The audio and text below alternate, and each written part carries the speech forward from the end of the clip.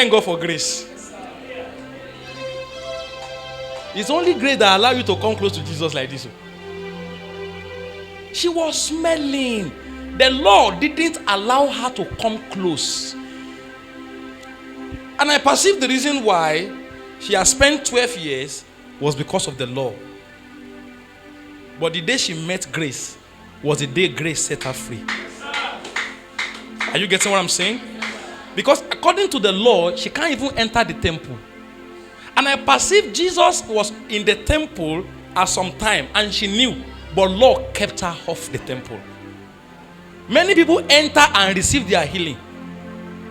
And what is the meaning of that? That is also another intelligence of demonic intelligence, where the devil perfected his work in a way that by certain rules or standard, he keep you off from miracles. Mark 5:25.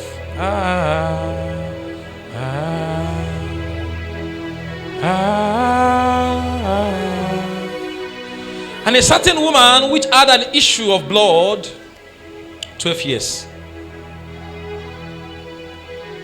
12 years. The Bible didn't mention her name. Because there are situations that can swallow up a man's name. There are conditions that overcome your name. And people begin to call you by your problem. There are problems like that fight your name. You have name, but the assignment of that battle is to take away your name. And when your name is taken away, your identity is taken away. It means the life that person is living is a life that has no definition. The difference between you and the person you are seated beside is your name. Have you visited the dumping site before? There are many papers there. The moment you pour your waste on a dumping site, after a while you will not be able to know which one is your own paper, which one is your own nylon, because everything has mixed together. So when they give birth to you, in order for you not to mix together with other children, they need to, in fact, among the children of you, they need to give you a name so that this is you. You get what I'm saying? Now, when a battle swallows a man's name, it makes that person to live a common life. Life, it has taken away the uniqueness of that person, the purpose of that person. The essence of life has been withdrawn because name has been swallowed. And that continued in our life for 12 years. 12. And the problem, the Bible calls it the issue of blood. The battle of blood. Whatever you are seeing on the outside has its source and roots inside. Whatever storm you are seeing on the outside has its roots on the inside. The child that you are giving birth today is going to have certain problems that you can see, but that problem is called an issue of blood, which means life imparts problems because blood is life.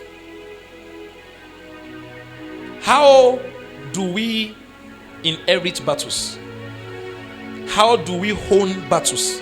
How do we possess problems? What we want to have are riches and wealth, but we are noticing problems. And you are very smart, very calculative. In fact, some of you watch your parents struggling and you say it's because my dad is not smart. It's not that smart. It's not. The reason why we are poor, that man was not hardworking. And me, I know what I can do.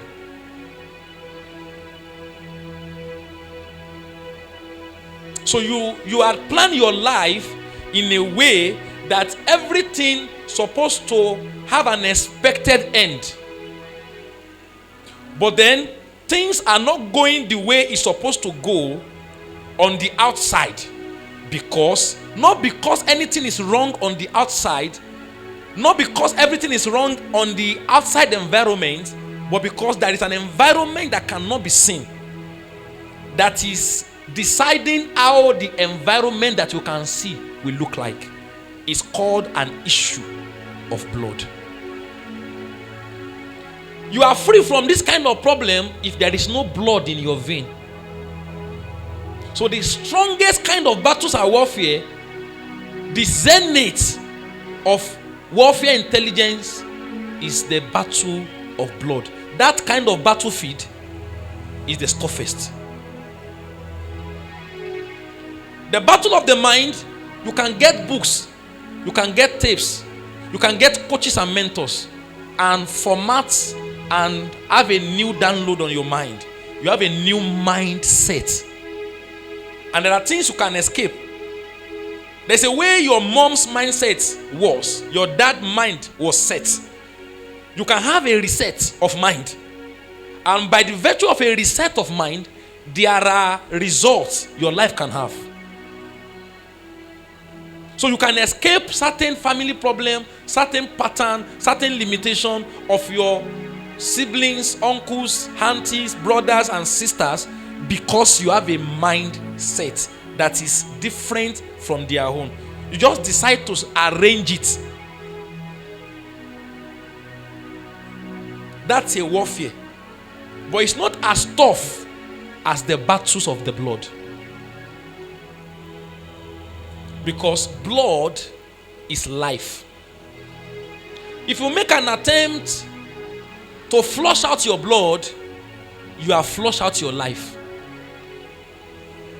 And at the point where blood is coming into your body, into your vein, is when life is coming also into you.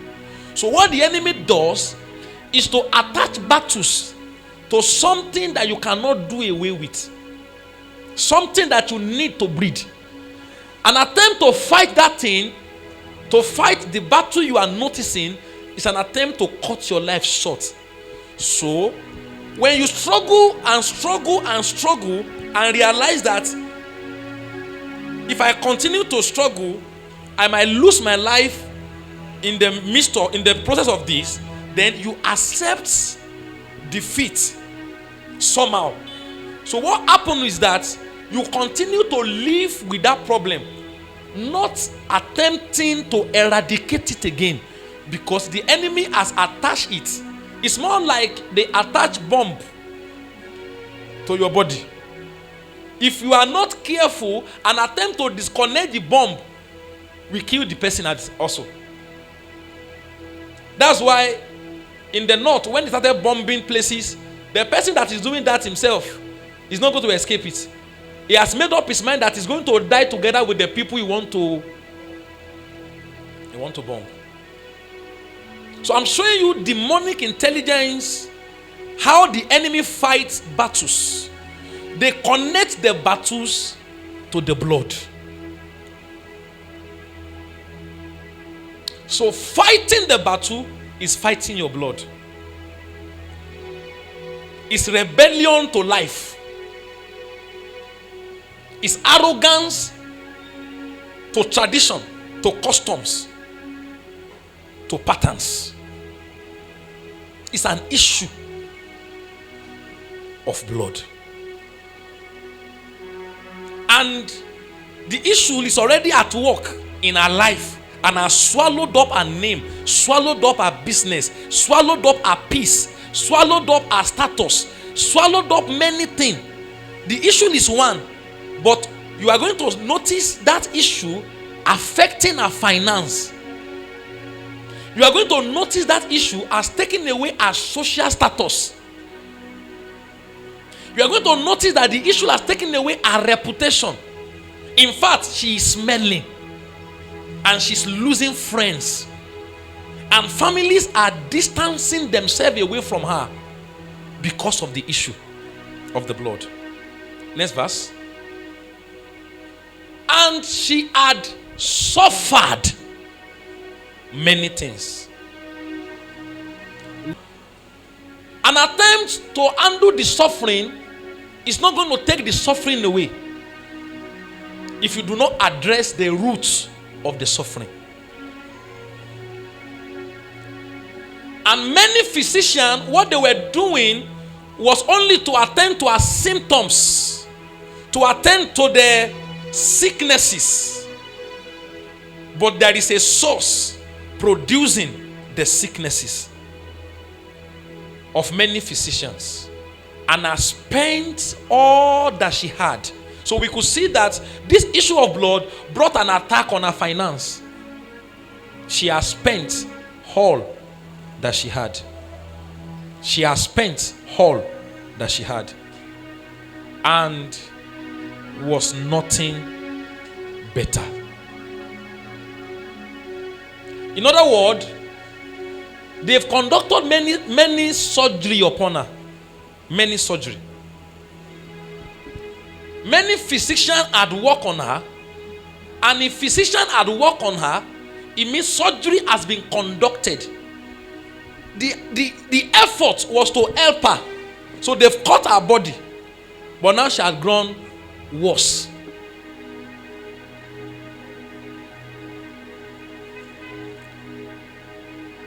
And was nothing bettered, but rather grew worse. Next verse. When she heard of Jesus. You are going to realize from this place that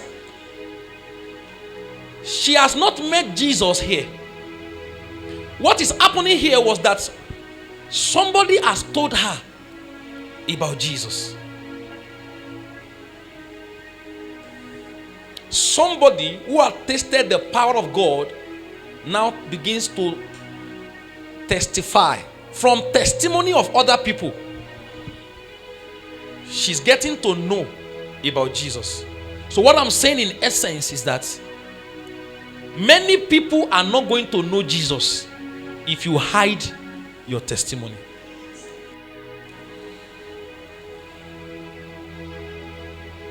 The people, how she came to meet Jesus was because people brought her to Jesus. What you do for people that have an issue of blood is not to pity them. In fact, it's not to take them to hospital. Because especially when you know this is not an hospital matter, many physicians had attended to her. Meaning she has been to many hospitals. See, hospitals in this context as many churches. But she rather grew worse and she was better. Yet had visited many churches. Yet many pastors had ministered to her. But somebody else who had been blessed by his own pastor now told her, if you don't mind, can I take you to my pastor? What about coming to our church? Are you getting what I'm saying? Yes, sir.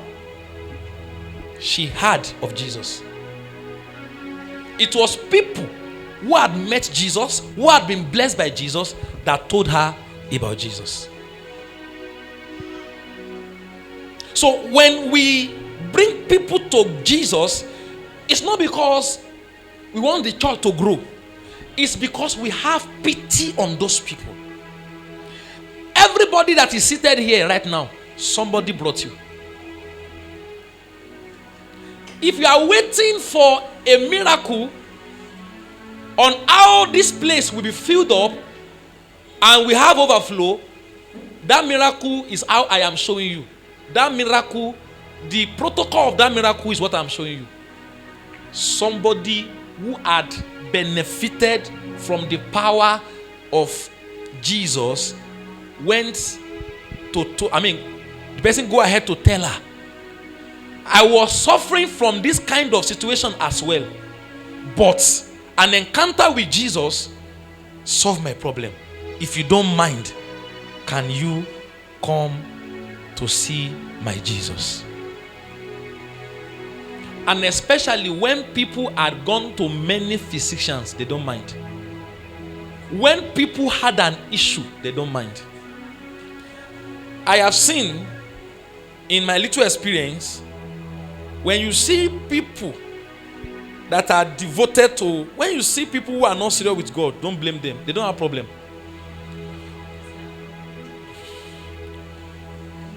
When people have problem, when it's time for prayer, and you see somebody praying very well, there are two explanations.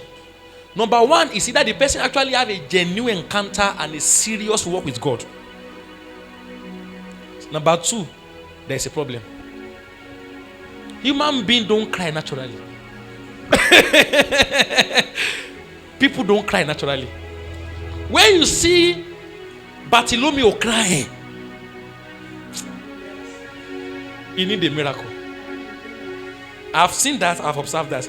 When you are begging somebody, you didn't say, we have, it doesn't have problem.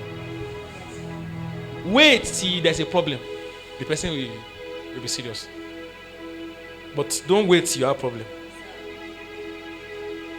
And there are other people that are very serious with God, very faithful in their work with God because they love the Lord. They have encountered the realities of Zion. So you see from here that it was people that invited her. If we begin to do it now, somebody brought you here. Okay, let me use a case study. Ambassador brought you. You brought Sister Hannah. Where's Sister Hannah? Do you regret coming here? Do you regret coming here?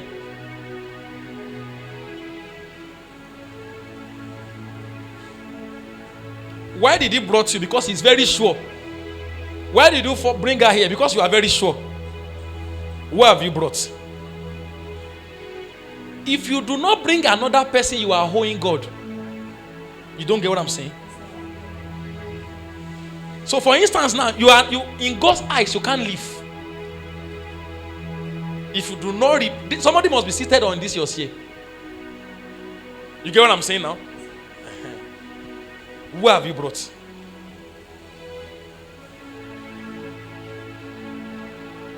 Especially when you know that I'm convinced the Lord is in this place. I have had my testimony. You hear the testimony of people here. I was almost shedding tears when she was sharing her testimony. You know, when some people are sharing testimony, you may not know the impact of what they are saying because it is not you. It's easy to say, I went through the valley of the shadow of death, but the Lord preserved me. You didn't know what it means. You didn't know what it means. But the people knew what it means to have passed through the valley. What were the usher looking at when she was moving up and down?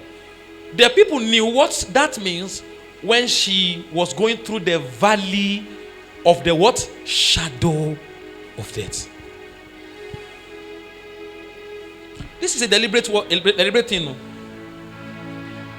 Say, I want anything gbala edide fun. That's how it works. How people identify Jesus, how they came to Jesus, was somebody that has met Jesus, brought them to meet Jesus. The woman, the Samaritan woman, after she encountered Jesus, she went to the entrance and said, come see a man. You are the one reading it that knew it was Jesus. She didn't say come and see Jesus. She said come and see a man of God. Are you getting what I'm saying? You are the one reading that account that knew it was Jesus. You are not getting what I'm saying. You are not getting what I'm saying. She was not seeing God. She was not seeing God yet. She was not seeing God yet. She said, come see a man that told me all that ever I did. Is this not the Christ? She was not even sure yet. Let's look at this thing together. Is this not the Christ? But I'm seeing a man. Come see a man who told me all that ever I did. If this man could prophesy my life, if she could give me word of knowledge, the husband I have met in my life, how can she know these things if she's not the Christ? It was the people that she went to empty the whole city to come and meet Jesus. Are you getting what I'm saying? That's how it works. We must make it our individual responsibility to extend the love of God to our neighbors, to other people. While you are inviting them, they will think, is that something you want to collect from there? They say you should bring somebody for ritual in your church. Well, I say, what's the problem? But after they start coming over time, even if you look like you are forcing the person in the beginning, the person will be more than grateful for not giving up, for being too stubborn, for insisting on him or her in those days. Are you getting what I'm saying now? Are you seeing that now? Are you seeing that now? If we don't, we are going to have many more women who had an issue of blood for 12 years. We are going to have. We are the bridge between people that have issues and Jesus. The power lies with Jesus. Men have issues. But it is our testimonies. How can I evangelize? You don't need many scriptures. Who asked you to go and be quoting someone and arguing Muhammad is greater than Jesus? Who asked? You don't need all those prophets Muhammad and don't even. It's a waste of time. Your testimony. Before I was blind, now I can see. That's what I'm talking about. Before I was blind, now I can see. I was a casual Christian before, now I encountered the Lord. If you don't mind, I'm willing to lead you to the Lord also. This is how my life changed. Your testimony matters. That is how you can bring other people to God. The things God is doing for you is for you, but the testimony of it is for other people. Are you guys see what I'm saying now? And she heard of Jesus. So, ever before miracle begin to take place, focus on me. Ever before healing take place, you must hear about Jesus. So the workings of faith was already ongoing in her. Based on what she had, faith had increased. Kudos to the person who preached to this woman. The person has finished the job before she met Jesus. She had something. It's like the person hyped Jesus. You don't get what I'm saying? It was an hyper grace. The person said, mine is in quotes. There is something there's a way you can talk about God in the life of a man of God that even a man of God is in trouble and say, Sister Shadekilode, take over me. You get what I'm saying? She went to say many things. And I will show you how I know it was hyper. She whether he or she hyped the message. I'm serious. The person said, my man of God, shadow they heal the sick. Clothes like this, they do miracle. That was why she said, if I can but. Somebody told her that Jesus carries so much power that even if all you can touch is the hem of his garment, there will be a surge of power. You see what I'm saying now? You see what I'm saying now? That is why when you are coming to share your testimony on Sunday, don't just give an information. Share your testimony in a way that edifies. Share it in a way that blesses lives. Share it in a way that people come closer to God. Kudos to the person who had met this woman. We don't know what the person said, but she said some things. The person said some things. The person said things that boosted her faith. So when you want to receive healing, you need to hear about Jesus. Are you seeing that now? You need to hear. Faith cometh by hearing, and hearing the word of God. While she was hearing about the miracles, testimonies, signs and wonders of Jesus, her faith was rising. In her faith, she has elevated Jesus above every physician she has made. Because what they were telling her about Jesus looked like what can't be compared to none. I can't compare this to none of the physicians or hospitals I have made. Then she concluded in her mind. You notice that God was not even planning to touch her. God didn't plan to touch her. But the Bible says she came in the press behind and touched. When you check the Matthew account, he said he touched the hem of his garment. Who has an hem here? Who has a garment that has an hem? People don't have a garment that has an hem. Amen. All right, in the Jewish culture, there is the garments they normally wear used to have some you know what they call. What can I use for example? Is this Tamarachi? No. There used to be at the edge of the garment. There used to be some design.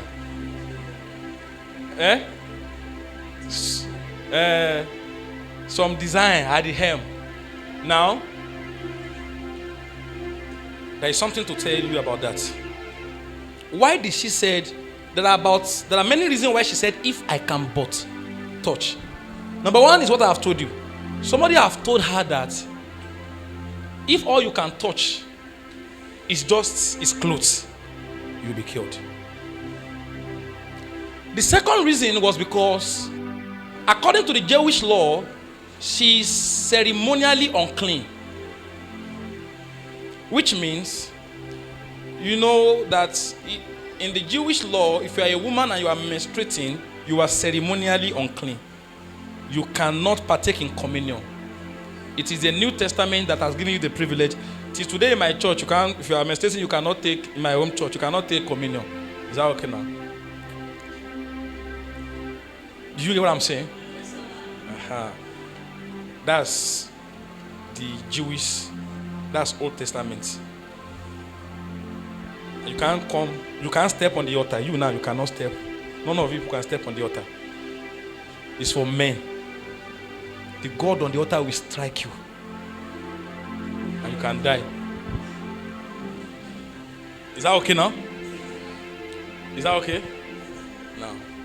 And then all of us will offer our shoe there. I thought it's not the right garment too. But you can't understand. Don't worry. Don't worry. Where you are is a holy ground. You don't get what I'm saying? And the angel that operates in our church don't allow you to charge phone on the socket. Yes.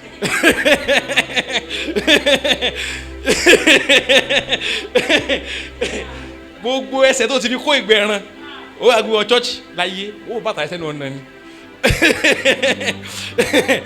So, but we are not.